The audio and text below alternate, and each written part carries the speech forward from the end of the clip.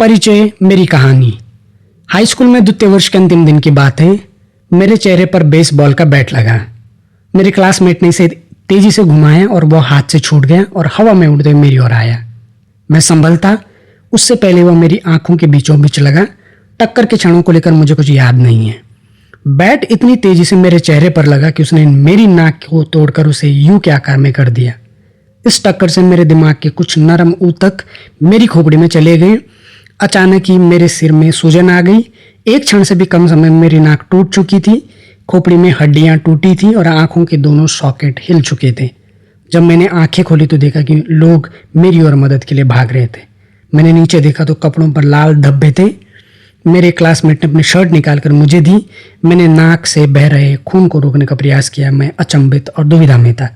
मुझे पता ही नहीं था कि मैं कितना गंभीर घायल हूँ। मेरे टीचर ने अपना हाथ मेरे कंधे के नीचे रखा और हमने दूर स्थित नर्स के रूम तक चलना शुरू किया। पूरे मैदान को पार करके और पहाड़ी की तलहटी में स्थित नर्स के ऑफिस के लिए वापस स्कूल लौटे। अनेक हाथों ने सीधा रखने के लिए मुझे सहारा दिया। हम धीरे धीरे वहाँ गए। किसी ने महसूस नहीं किया कि हर मिनट कीमती था। जब हम नर्स के कमरे में आए तो नर्स ने मुझसे कई सवाल पूछे। कौन सा वर्ष चल रहा है? मेरा जवाब था 1998, जबकि वह 2002 का वर्ष था। अमेरिका के राष्ट्रपति कौन हैं? मैंने कहा बिल क्लिंटन, जबकि सही उत्तर था जॉर्ज बुश। आपकी माँ का नाम क्या है? ओह, मैं अचकचा गया। इसमें 10 सेकंड निकल चुके थे। पैटी, मैंने सामान्य तरह से कहा, जबकि मैं यह देख नहीं सका कि मुझसे अपनी माँ का नाम याद करने में 10 सेकंड लग गए। यही अंतिम प्रश्न मुझे याद है। मेरा शरीर मस्तिष्क की सूजन झेल नहीं सका। एम्बुलेंस के पहुंचने से पहले मैं होश खो चुका था। कुछ ही मिनट बाद मुझे स्कूल से स्थानीय हॉस्पिटल ले जाया गया। वहां पहुंचने के बाद मेरे शरीर ने धीरे धीरे काम करना बंद कर दिया। मुझे निगलने एवं सांस लेने में परेशानी होने लगी। कुछ ही देर में सांस बंद हो गई। डॉक्टरों ने जल्दी से मुझे ऑक्सीजन दी। उन लोगों ने यह भी फैसला लिया, चूंकि स्थानीय हॉस्पिटल में मेरे उपचार के लिए आवश्यक उपकरण नहीं है, अतः उन्होंने हेलीकॉप्टर बुलाकर मुझे सिनसिनाटी के बड़े हॉस्पिटल में ले जाने का आदेश दिया। मुझे आपातकालीन कक्ष के दरवाजों से निकालकर हेलीपैड की ओर ले जाया गया।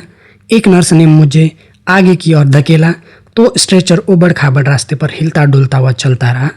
दूसरी नर्स ने हाथ से मेरी सांस को पंप किया। मेरी मम्मी कुछ देर पहले हॉस्पिटल में आई थी और हेलीकॉप्टर में मेरे पास बैठ गई। मैं बेहोश था और खुद सांस नहीं ले पा रहा था। उन्होंने ही उड़ान में मेरा हाथ थामे रखा। मेरी मम्मी मेरे साथ हेलीकॉप्टर में बैठी। मेरे पापा भाई बहन को देखने घर गए और उन्होंने मेरे साथ हुए हादसे की जानकारी दी। वे जब मेरी बहन को बताने लगे तब उनके आंसू निकल पड़े कि वे उस रात मेरी बहन की कक्षा 8 की ग्रेजुएशन सेरेमनी से वंचित रह जाएंगे। मेरे भाई बहन को परिजन और मित्रों के यहाँ छोड़ने के बाद वे सिनसिनाटी में मेरी मम्मी के पास आ गए। जब मैं और मेरी मम्मी हॉस्पिटल की छत पर हेलीकॉप्टर से उतरे तो 20 डॉक्टर और नर्स दौड़ते हुए हेलीपैड पर आए और मुझे ट्रॉमा यूनिट में ले गए। तब तक मस्तिष्क में सूजन इतना अधिक हो गया था कि मैं बार बार सदमे के बाद की स्थिति में जकड़ जाता था। मेरी अस्थियों को जोड़ना था, लेकिन सर्जरी करना मुश्किल था। मुझे तीसरे दिन एक और बार जकड़न की शिकायत के कारण दवा देकर बेहोश करके वेंटिलेटर पर रख दिया गया। मेरी मम्मी पापा इस हॉस्पिटल से अपरिचित नहीं थे। 10 वर्ष पहले जब मेरी बहन को 3 वर्ष की आयु में ल्यूकेमिया बताया गया था, तब वे इसी इमारत के भूतल पर उसे ले आए थे। तब मैं 5 वर्ष का ही था। मेरा भाई 6 माह का ही था। 2.5 वर्ष के कीमोथेरेपी के उपचार और मेरुदंड बोन मेरो की बायोप्सी के बाद मेरी बहन कैंसर से मुक्त हो गई और हंसते खेलते वहाँ से निकल गई। 10 वर्ष के सामान्य जीवन के बाद मेरी मम्मी पापा उसी जगह अपने एक और बच्चे को लेकर आए थे। जब मैं कोमा में चला गया तब हॉस्पिटल ने एक पादरी और एक सामाजिक कार्यकर्ता को मेरे मम्मी पापा की मदद के लिए भेजा। यह वही पादरी था जो 10 वर्ष पूर्व मेरी बहन के भर्ती होने के समय आया था। दिन ढल कर रात हो चुकी थी। मुझे जिंदा रखने के लिए कई मशीनें लगाई गई थी। मेरे मम्मी पापा हॉस्पिटल के गद्दों पर कुछ पल के लिए सो जाते थे और थकान के चलते लेट जाते थे, लेकिन चिंता के मारे फिर उठ जाते थे। मेरी मम्मी ने मुझे बाद में बताया वह मेरे जीवन की सबसे खराब रात थी। मेरी सेहत में सुधार होना, मुझ पर ईश्वर की कृपा हुई और अगले दिन सुबह मेरी सांस लौटी। तब डॉक्टरों ने राहत महसूस की और मुझे कोमा से बाहर निकाल लिया। अंततः जब मुझे होश आए तो मैंने देखा कि मेरी सूंघने की क्षमता नहीं रही।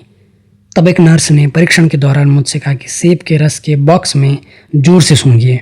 ऐसा करने से मेरी सूंघने की क्षमता लौट आई, लेकिन तब सब चकित रह गए कि जैसे ही मैंने सांस लेकर खींची तो मेरी आंखों के सॉकेट के फ्रैक्चर में तेजी से हवा पहुंचने से मेरी बाईं आंख बाहर आ गई।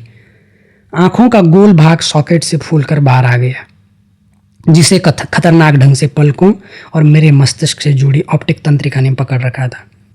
तब नेत्र विशेषज्ञ ने कहा कि जैसे ही मैं धीरे से सांस छोड़ूंगा तो आंखें वापस पहले की स्थिति में आ जाएगी, लेकिन यह कह नहीं सकते कि इसमें कितना समय लग जाएगा। 1 हफ्ते के बाद मेरी शल्य क्रिया होनी थी, जिससे मुझे ठीक होने में कुछ और समय लग जाता। मैं ऐसा लग रहा था मानो बॉक्सिंग के मैच में गलत स्थान पर खड़ा हूँ। हम घर लौट आए और मेरी नाक तब भी टूटी हुई थी। चेहरे की अस्थियाँ करीब आधा दर्जन जगहों पर टूटी थी और बाईं आंख फूली हुई थी। बाद के महीने बहुत कठिन थे। मुझे लगने लगा था कि मेरे जीवन में सब कुछ थम गया है। हफ्तों तक मुझे सब चीज़ें दो दो दिखाई देती थी। मैं सीधे नहीं देख पाता था। 1 माह से अधिक समय लगा, लेकिन मेरी आंख धीरे धीरे ठीक हो गई। मेरे देखने की समस्या को ठीक होने में 8 माह लग गए। तब मैं फिर चला सका। शारीरिक उपचार में मुझसे बुनियादी एक्सरसाइज कराई गई, जैसे एक सीध में चलना। मैं दृढ़ था कि मेरी चोट मुझसे अवसाद से नहीं भर दे, लेकिन कुछ पल थे जिसमें मैं निराश होता था, जबकि कुछ में उत्साह से भर जाता था। 1 वर्ष बाद जब मैं बेसबॉल के मैदान पर लौटा तो यह जानकर मुझे दुख पहुंचा कि कितनी और मेहनत अभी मुझे करनी होगी। यह खेल मेरे जीवन का प्रमुख हिस्सा रहा था। मेरे पापा ने सेंट लुइस कार्डिनल के लिए माइनर लीग बेसबॉल खेला था। मेरा भी सपना इस पेशेवर तरीके से खेलने का था। महीनों के पुनर्वास के पश्चात मेरी सबसे अधिक इच्छा मैदान पर लौटने की थी, लेकिन बेसबॉल में मेरी वापसी आसान नहीं थी। जब सीजन शुरू हुआ तो मैं एकमात्र जूनियर था जिसे यूनिवर्सिटी की बेसबॉल टीम से हटा दिया गया था। मुझे हाई स्कूल के द्वितीय वर्ष की टीम के साथ खेलने के लिए जूनियर यूनिवर्सिटी भेजा गया। मैं 4 वर्ष की उम्र से खेल रहा था, और एक ऐसा व्यक्ति जिसने अपना पूरा समय और प्रयास किसी खेल में लगाया हो, उसे इस तरह से अलग करना अपमानजनक था। मुझे आज भी वह दिन अच्छी तरह याद है जब यह हुआ था। मैं अपनी कार में बैठकर रोने लगा और रेडियो को किसी अच्छे गाने के लिए ट्यून करने लगा, जिससे मुझे बेहतर महसूस हो गया। वर्ष भर के आत्मसंदेह के बाद मैं यूनिवर्सिटी टीम में सीनियर के रूप में शामिल हो सका, लेकिन मैं मैदान में बहुत कम जा सका। कुल मिलाकर हाई स्कूल यूनिवर्सिटी बेसबॉल की मैंने 11 पारियां खेली, जो मुश्किल से किसी एक गेम से थोड़ी सी ज़्यादा थी। हाई स्कूल में मेरे खराब करियर के बाद मैं यह विश्वास कर रहा था कि मैं एक महान खिलाड़ी बन सकता हूँ। मैं जानता था कि यदि हालात सुधार नहीं तो इसके लिए मुझे ही कोशिश करनी होगी। चोट लगने के 2 वर्ष बाद निर्णायक मोड़ तब आया जब मैं डेनिसन यूनिवर्सिटी से जुड़े कॉलेज में जाने लगा। यह नई शुरुआत थी। यह वह स्थान था जहाँ मैंने पहली बार समझा कि छोटी आदतों में कितना विस्मयकारी सामर्थ्य रहता है। आदतों के बारे में मैंने कैसे सीखा।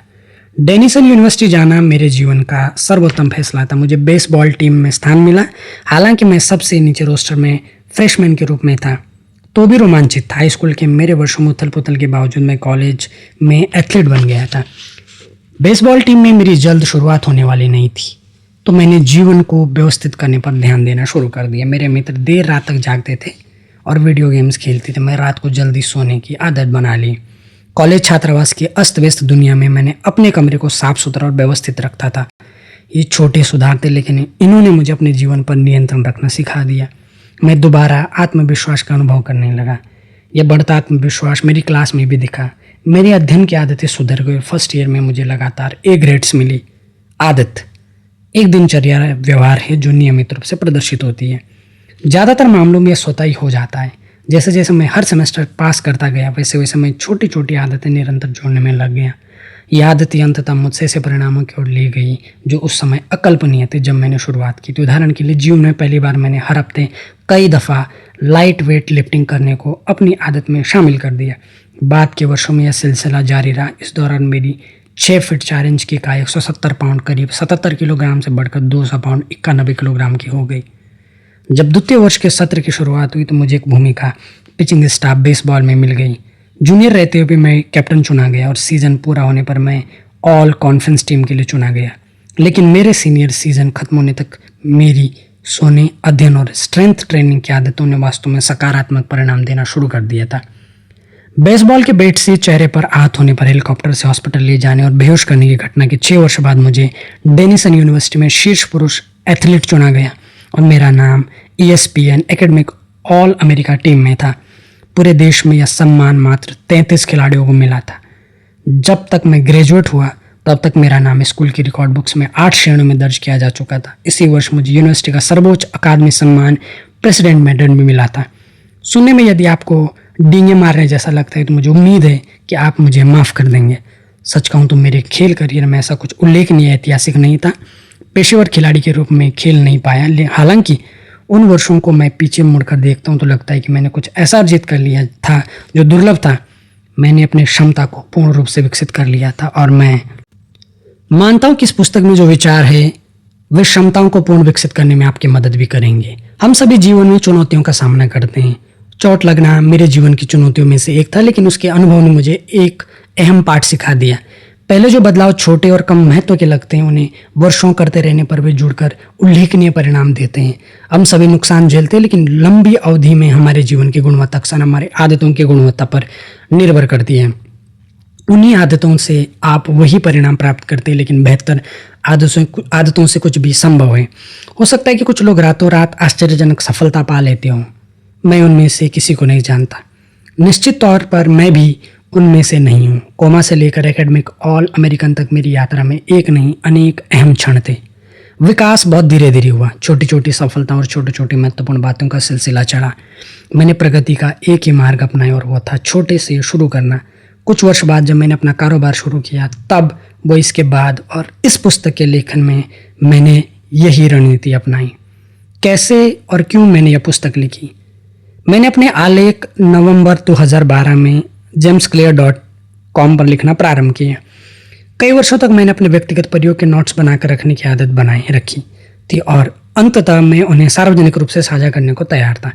हर सोमवार और गुरुवार को मैं नया आलेख लिखता था। कुछ ही महीनों में लिखने की यह आसान आदत मुझे मेरे 1000 ईमेल सब्सक्राइबर दे गई और 2013 के अंत तक यह संख्या 30,000 से ज़्यादा हो चुकी थी। मेरी ईमेल लिस्ट 2014 में 1 लाख सब्सक्राइबर से ज़्यादा हो गई। इंटरनेट पर यह सबसे तेज़ी से बढ़ने वाली न्यूज़लेटरों की सूची में शुमार हो गया। 2 वर्ष पूर्व जब मैंने लिखना शुरू किया था, तब मुझे पाखंडी जैसा अनुभव हो रहा था, लेकिन अब मैं आदतों का विशेषज्ञ बनता जा रहा था। यह एक नया तमगा था जो मुझे उत्साहित कर रहा था, लेकिन साथ ही मैं असहज भी अनुभव कर रहा था। मैंने कभी खुद को इस विषय का महारथी नहीं माना, बल्कि ऐसा व्यक्ति माना जो अपने पाठकों के साथ साथ ही प्रयोग कर रहा है। मेरे सब्सक्राइबर जब 2015 में 2 लाख तक पहुंच गए तो मैंने पेंगुइन रैंडम हाउस से उस पुस्तक को लिखने का करार दिया जो आप पढ़ रहे हैं। जैसे ही मेरे पाठक बढ़ गए, वैसे ही मेरे कारोबार के अवसर भी बढ़ गए। मुझे शीर्ष कंपनियों में आदत बनने के विज्ञान, व्यवहार में बदलाव और सतत सुधार के बारे में बोलने के लिए खूब बुलाया जाने लगा।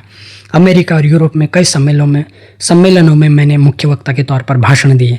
2016 से मेरे आलेख बड़े प्रकाशनों जैसे टाइम्स, एंटरप्रेन्योर और फोर्ब्स में नियमित रूप से आने लगे। आश्चर्यजनक रूप से उस वर्ष मेरे लेख 80 लाख लोगों ने पढ़े। मेरे कार्यों के बारे में NFL, NBA, MLB की टीमों के कोच पढ़ने लगे और अपनी अपनी टीमों के साथ इसे बांटने लगे।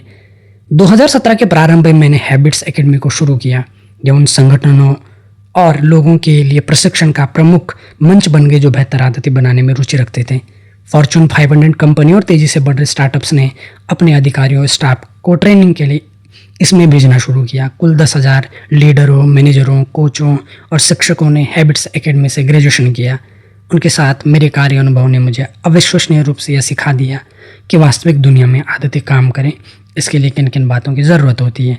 यह पुस्तक 2018 में ख़त्म होने को आई तो jamesclear.com पर हर माह लाखों की तादाद में विजिटर्स आ रहे थे और लगभग 500,000 मेरे साप्ताहिक ईमेल न्यूज़लेटर को सब्सक्राइब कर चुके थे। यह संख्या मेरी उम्मीद से कहीं ज़्यादा थी। जब मैंने यह शुरू किया था तो मुझे पता भी नहीं था कि ऐसा संभव है।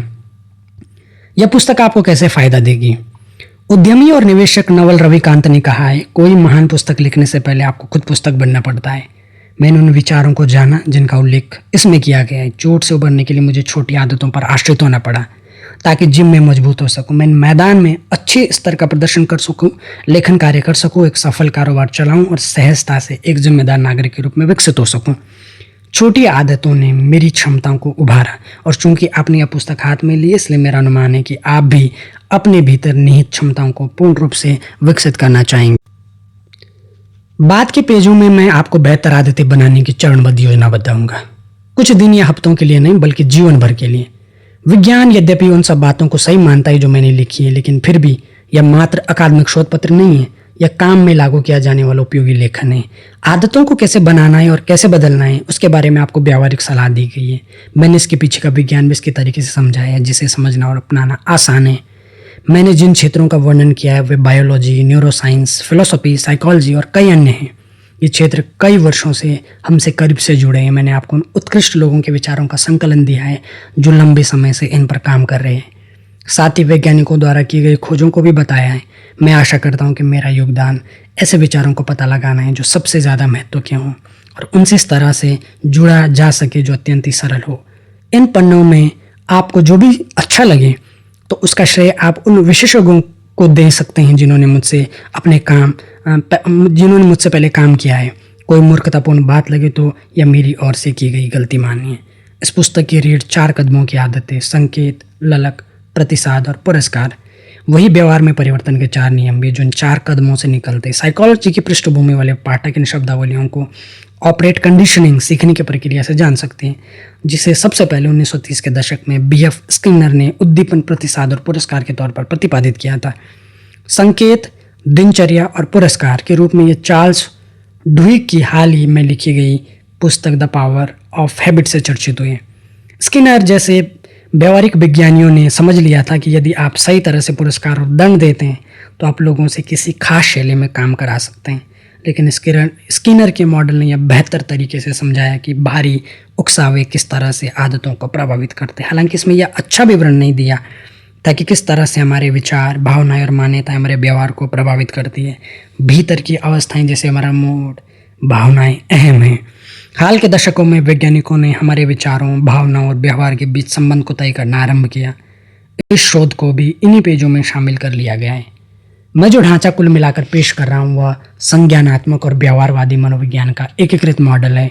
मैं मानता हूँ कि यह मानवीय व्यवहार के पहले मॉडलों में से एक है जो सटीक तरीके से बाहरी प्रभाव और आंतरिक भावनाओं की हमारी आदतों पर पड़ने वाले असर को बताता है। जहाँ कुछ भाषा आप समझते होंगे वहीं मुझे विश्वास है कि आपको व्यवहार परिवर्तन के 4 नियमों का वर्णन और उनके अनुप्रयोगों से आदतों के बारे में सोचने का नया मार्ग मिलेगा। मानवीय व्यवहार हमेशा बदलता रहता है, हर परिस्थिति में, हर पल में, लेकिन यह पुस्तक उस बारे में जो बदलता नहीं है। यह मानव व्यवहार के मूल सिद्धांतों के बारे में, ऐसे सिद्धांत जिन पर आप वर्षों चल सकते हैं। इन विचारों से आप कारोबार, परिवार और जीवन खड़ा कर सकते हैं। बेहतर आदतें बनाने का कोई एक मार्ग नहीं है, लेकिन यह पुस्तक आपको वह सर्वश्रेष्ठ उपाय बता रही है जो मैं जानता हूँ। एक ऐसा दृष्टिकोण जो प्रभावी रहेगा, जिससे यह फर्क नहीं पड़ेगा कि आपको कहाँ से शुरू करना है या आप क्या बदलना चाहते हैं। मैंने जो तरीके अपनाए वे सभी के लिए प्रासंगिक है जो हर पायदान पर सुधार चाहते हैं, फिर भले ही उनके लक्ष्य सेहत, पैसा, उत्पादकता, संबंधों या इन सभी पर केंद्रित हो। जब तक मानव व्यवहार का प्रश्न है तब तक यह पुस्तक आपका मार्गदर्शन करेगी।